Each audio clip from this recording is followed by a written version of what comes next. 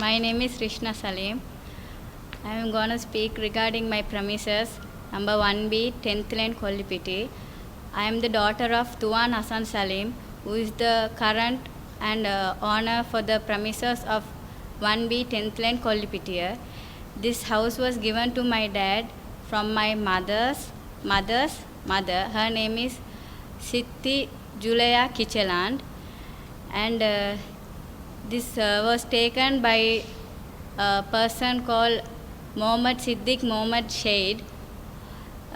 He just made some forgery and made some harassment regarding this premises, and then we were left alone where we were not able to do anything. We were young, we were very small enough, and my dad also wasn't there with us. He was in the prison due to some problems. So we left alone. We was in the road. We didn't have anyone. We were looking like being orphan, and still now we didn't get justice for this. Now I am 21 years old. Now I understand the value of my land, and I am trying to fight and gain it back, because all what happened was fake. He threatened us. He purposely made some forgery work and put us out. We were not able to make any move there. So even in 2018 May, he demolished my house, and he is saying that we were all laughing and all. Still I remember how I felt that day, because it was my childhood place, and today he is meaning that I was laughing and my brothers was laughing and everything. We were not doing those things. And he is even mentioning that from his money I have learned to speak English. It's not correct. When I was 17 years, I was totally finished my O-levels when this problem was going on. I couldn't even go further because of this problem. So whatever he is showing, some documents and everything, so far I feel all are fake, and I even can prove those things are fake. This is not being correct enough. Being a Sri Lankan, I can't live in this land, and I have nothing to say. I always ask for one thing from the president, to bring us the truth here. Truth is something, and I want justice for this. This land is my dad's and it is ours.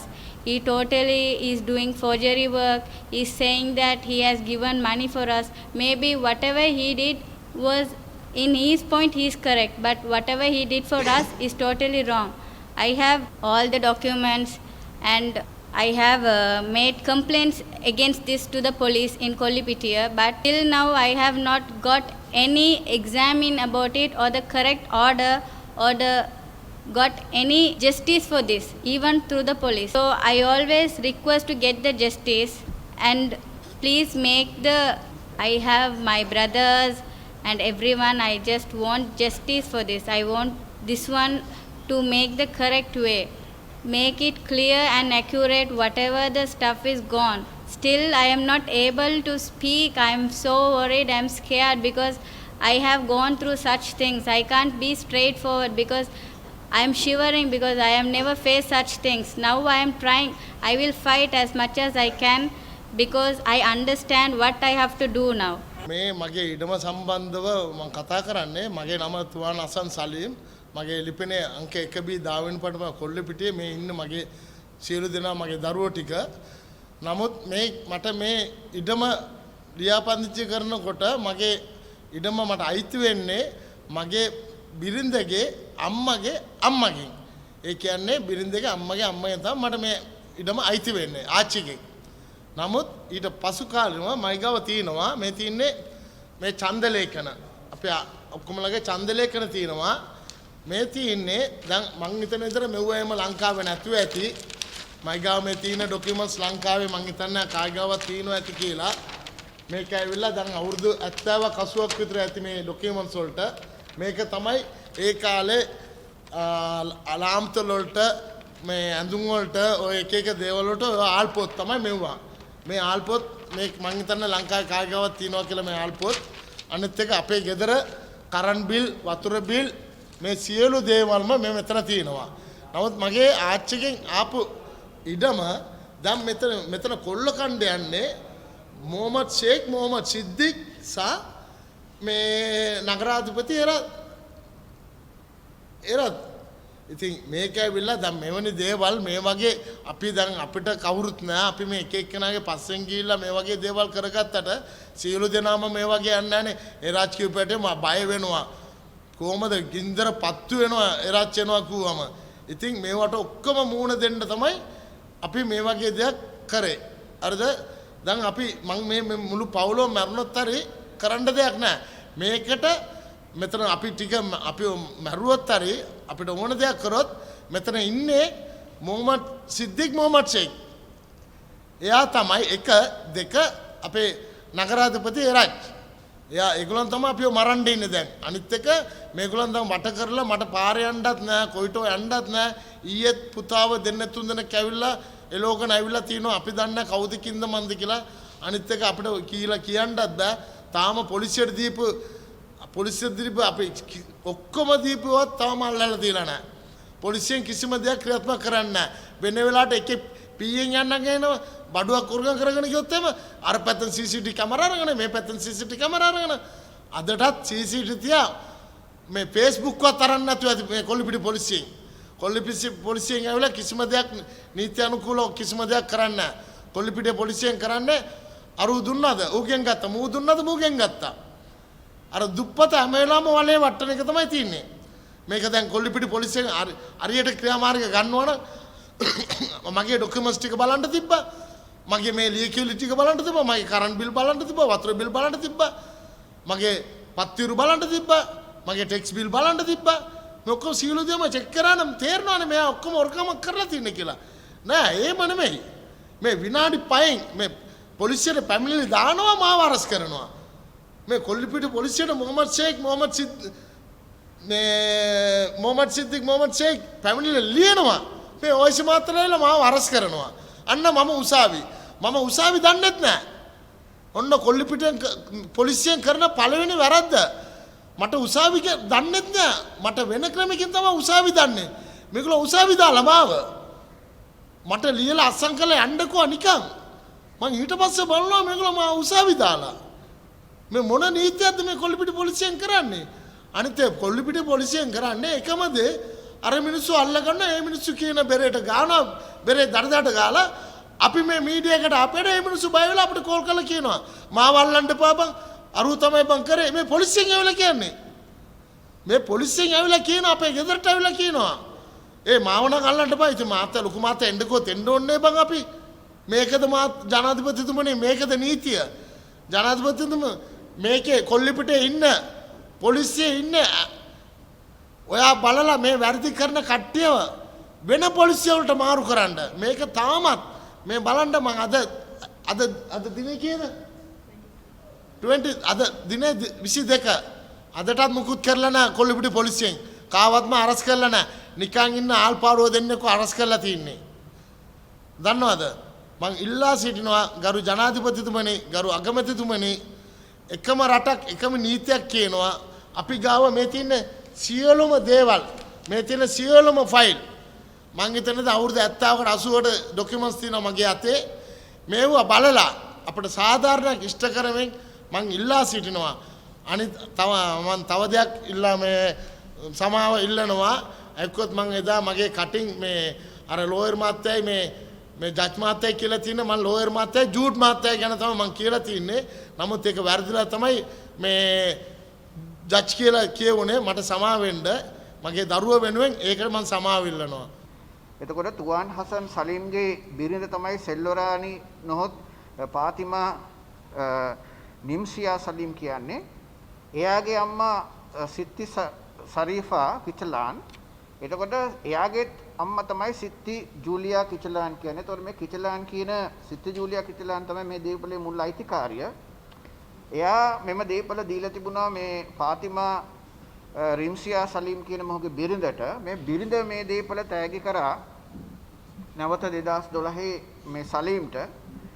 සලීම් මේ කොහොම හරි සලීම්ට සිදු වෙනවා මේ සිරගත වෙන්න යම් සිද්ධියකට මේ සිරගත වුණාට පස්සේ මේ දරුවෝ සහ තනි වෙච්ච බිරිඳට තමයි මේ ප්‍රශ්නේ ඇති වෙන්නේ. මොකද මේ දීපල වෙනුවෙන් නඩු දෙකක් තිබිලා තිබෙනවා. ඒ කියන්නේ මේ දීපල ඒ අර මුල් අයිතිකාරී සම්බන්ධයෙන් 2002 එකක් ඉවර වෙලා තිබෙනවා. ඒකත් ඉල්ලාස් කරගෙන. හැබැයි මේ නඩුව කරපු නීතිඥ මහත්මයා මේ මහත්මයා තමයි මේ සමාගමක් පිහිටුවලා ඒ මහත්මයා ලේකම් විදිහට ජයන්ත අත්තනායකගේ මහත්තයා සමාගමක් පිහිටුවලා දෙනවා සිටි ලෑන්ඩ් ප්‍රොපර්ටි ප්‍රයිවට් ලිමිටඩ් කියලා. ඒකේ PV අංකය 85829. හැබැයි මේක අධ්‍යක්ෂකවරයා හැටියට නම් කරලා තියෙන්නේ වීරසේකර මුදියන්සේලාගේ චමින්ද නිරෝෂාන් වීරසේකර කියලා තැනැත්තෙක්. ඔහුගේ හැඳුනුම්පත් අංකය 74යි 16යි 702යි 245. දැන් මෙතන තියෙනවා ඉලක්කම් 10ක්. අපි හැමෝටම මේ රටේ හැමෝම දන්නවා හැඳුනුම්පත් අංකයකට තියෙන අංක 9යි.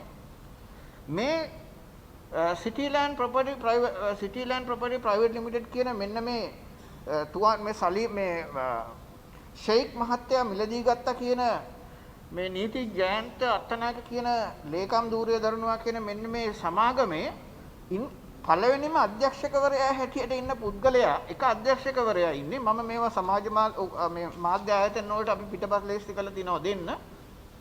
මෙහි ඉතා පැහැදිලිව තියෙනවා බලන්න ජාතික හැඳුනුම් පතට අංක 10ක් තියෙනවා. හැබැයි ඊළඟට වැදගත්ම කාරණය තමයි මේ සිටිලෑන්ඩ් ආයතනය මොනවා හරි මීට පෙර 2017 ලොකු වංචාවක් තවත් කරලා මේ මොකක් හරි මේ පිටපත් වංචා විමර්ශන ඒකකයෙන් පිටපත් අරගෙන තියෙනවා. මේ සමාගම් මැදුරෙන් නිකුත් කරපු පිටපත් මේ පිටපත් වල තිබෙනවා වංචා විමර්ශන ඒකකයේ පිටපත් අරන් ගිහින් තියෙනවා කියලා. එතකොට මේ අංක 10ක ජාතික හැඳුනුම්පතක් තියෙන ඒකෙන් පැහැදිලිව පේනවා මේක අභව්‍යයි. කෘත්‍රිමයි.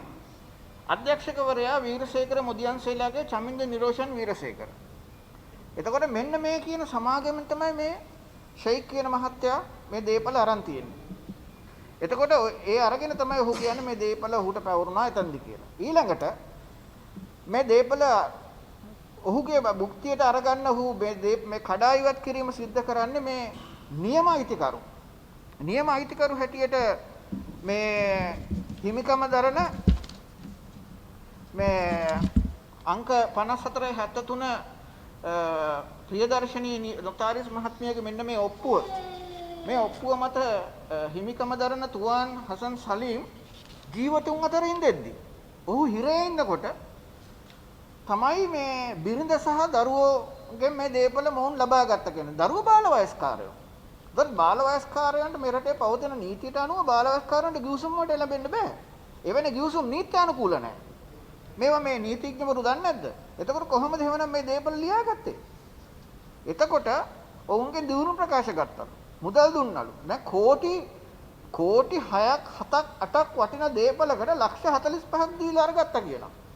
ඒක දීලා තියෙන්නේ වැදගත්ම කාරණය මේ සලීම් මහත්මයා හිරේ ඉඳෙද්දි බිරිඳ දරුවෝ අතහැරලා ගිහිල්ලා. ඒ අතහැරලා ගියපු බිරිඳට සල්ලි දීලා. දැන් ඊට පස්සේ තමයි මේ දීපල ඔවුන් ගියාගෙන එන්නේ. ඒ ඇවිල්ලා තමයි මුලින්ම ගේපල කඩලා දාලා දරුවෝ ටික එළියට දාන්නේ.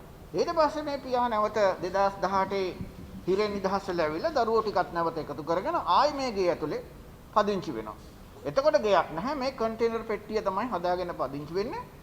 ඒකේ තිබුණු එයා කන්ඩිෂන් සහ සියලු සහිතව කන්ටේනර් එක තියෙනවා අර අලුත් ක්‍රමයට හදන නිවාස. ඒතකොට මේ කන්ටේනර් පෙට්ටියක් නෙමෙයි ඇත්තටම මේක ගයක්. එතකොට මේ ගේ ඇතුලේ දරුවොත් එක්ක ඉන්නකොට තමයි මේ ගෙදරට ගහලා මේ ගේ උස්සගෙන යන්නේ. දැන් දණ්ඩ නීති සංග්‍රහය යටතේ රාත්‍රී කාලයේ අයුතු ලෙස ඇතුල් වෙලා හොරකම් කරා නම් මේ හොරකමට අප දෙන්න බෑ. ඒක අපදිය නොහැකි වරදක්. දැන් එතකොට ගිය 11 වෙනි මාසේ 11 වෙනිදා මේ දේපල හොරකම් කරනවා. මේ නිවස කන්ටේනර් නිවසය. මේක හොරකම් කරගෙන යනකොට මේ බී වාර්තාවේ තියෙනවා මේ සලීම් මහත්තයා සහ දරුවෝ අර දේපලයට ඇවිල්ලා අලුතෙන් ඇතුල් වෙච්ච ආරක්ෂක අංශයෙන් නිලධාරීන් වඳුනගත්තා කියලා. අපිට ගැහුවේ මේගොල්ලෝ කියලා. පොලිසිය මේ අය අත්අඩංගුවට අරගෙන පොලිසිය අප දෙනවා. ගරු අධිකරණයට මහේස්ත්‍රාත් අධිකරණයට අපබලයක් නැහැ කියන වරදක් සිදු වෙලා තියෙන මොහොතක පොලිසිය කොහොමද පොලිස් අප දෙන්නේ? මහේස්ත්‍රාත්තුමාට ඉහළින් යනවා පොලිසිය. මෙන්න මෙතන වරදක් තියෙනවා. ඒතර කවුද මේක පිටිපස්සේ ඉන්නේ? පොලිසිය මෙවැනි දේවල් නොවීමට වග බලා ගත යුතුයි පොලිස්පතිතුමා. ගරු ජනාධිපතිතුමනි මේක තමයි ප්‍රශ්නය මේ රටේ. මේ කොළඹ දැන් තියෙන ප්‍රශ්නයක්. මීට මාසයකට පෙරත් මේ සිද්ධියට සම්බන්ධ මේ ආරක්ෂක සමාගමේ ප්‍රධානියා කොළඹ කොතලාවල පාරේ ඉඩමක් මේ විදිහටම අල්ලන්න ගිහිල්ලා ආරක්ෂක නිලධාරියාගේ දතක් කඩලා එදත් පොලිසිය පාරන් ගියා. අන්තර්ජාලයේ තියෙනවා මේ නිවුස් එක. එදත් පොලිසිය පාරන් ගියා. අදටත් ඒකට නඩුවක් නැහැ.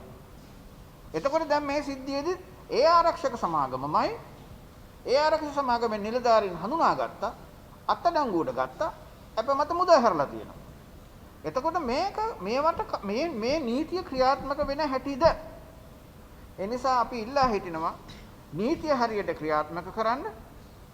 මේ රක්ෂිත බන්ධනාගාර ගත කරේ මේ දරුවෝ මං හිතන්නේ කියනවා 100ක් 200ක් ආව කියලානේ. කොච්චර කොහේ ආවද? 100 people came. ඔව් 100කට ආසන්න සංඛ්‍යාවක්. දෙන්නයි රක්ෂිත බන්ධනාගාර ගත කරලා තියෙන්නේ. දෙන්නයි. එතකොට කෝ අනිත් අතට ගත්තද? කෝ ආරක්ෂක සමාගමේ නිලධාරී. එතකොට මේ අය කියනවා ඔය ආරක්ෂක සමාගමේ හිමිකරු ඔය ස්ථානයේ හිටි බවට දරුවෝ සාක්ෂි දෙනවා ඒ වාහන තිබුණා කියලා. එතකොට වුන් අන්තර්ජාලයේ මේ පුද්ගලයාගේ මූණ දැකලා වුන් කියනවා මේ හැඩරුව තියෙන අය හිටියා කියලා. එතකොට මෙයාට හඳුනා ගැනීමේ පෙරට්ටුවක් තියන්නේ නැද්ද? හඳුනා ගන්න පුළුවන් අය හඳුනා ගන්න අවස්ථාවක් මේ දරුවන්ට දෙන්නේ නැද්ද? මේ පුංචි දරුවෝ අනාගතයට එන්නේ. මේ දරුවෝ අනාගතයේ තමන් මේ අත්විඳින දේ තමයි ඔවුන් සමාජයට දෙන්නේ. එතකොට මේ පුංචි දරුවන්ට ගහලා එලවලා මේ විදිහට මෙහෙම කරනවා නම් ළමා ආරක්ෂණ අධිකාරිය මොනවද කරන්නේ? ළමා කාන්තා අපෝජන නිවාරණ ඒකකේ මොකද කරන්නේ? එතකොට මේවා කවුද මේ රටේ මේ නීතිය ළමයින් සම්බන්ධයෙන් නීතියම ක්‍රියාත්මක කරන ආයතන නිදි? මේ දරුවන්ට ගහලා එලවලා මේ මොහොතේ මොවුන්ගේ නිවාසය තියෙන්නේ කොල්ලුපිටිය පොලිසිය ඇතුලේ නේ? ඔව්. පොලිසිය බාරේ. එතකොට මේ ළමයින් දැන් ඉන්නේ අර ගෙනත් දාපු කන්ටේනරේ. නඩුව එනයින්ම ඔප්පු වෙලා ඉවරයි. හැබැයි සැකකරුව කවුරුත් අතනකට අරන්නේ නැහැ. ඒ නිසා මම ඉල්ලා හිටිනවා පොලිස්පතිතුමාගෙන්, ගරු ජනාධිපතිතුමාගෙන්, ළමා ආරක්ෂණ අධිකාරිය සභාපතිතුමාගෙන්, ළමා හා කාන්තා අපෝජන නිවාරණ ඒකකයේ අධ්‍යක්ෂකතුමියගෙන් කරුණා කරලා මේ දරුවන්ට සිදු කරපු මේ අපරාධයට එරෙහිව නීතිය ක්‍රියාත්මක කරන්න. මේ දරුවන්ට ගහලා දරුවෝ දීපලෙන් එළියට ඇදලා දාලා දරුවන්ගෙන් බලෙන් අස්සන් අරගෙන දරුවන්ට බලපෑම් කළා මේ දරුවන්ගේ අනාගතය විනාශ කරන්න හදපු මේ කණ්ඩායමට විරුද්ධව නීතිය ක්‍රියාත්මක කරන්න අපි ඒ වෙනුවෙන් බලාගෙන ඉන්නවා මොකද්ද මේ රටේ ඉදිරියේදී සිද්ධ වෙන්නේ කියලා. බොහොම ස්තුතියි. You're watching the Life Traveller channel.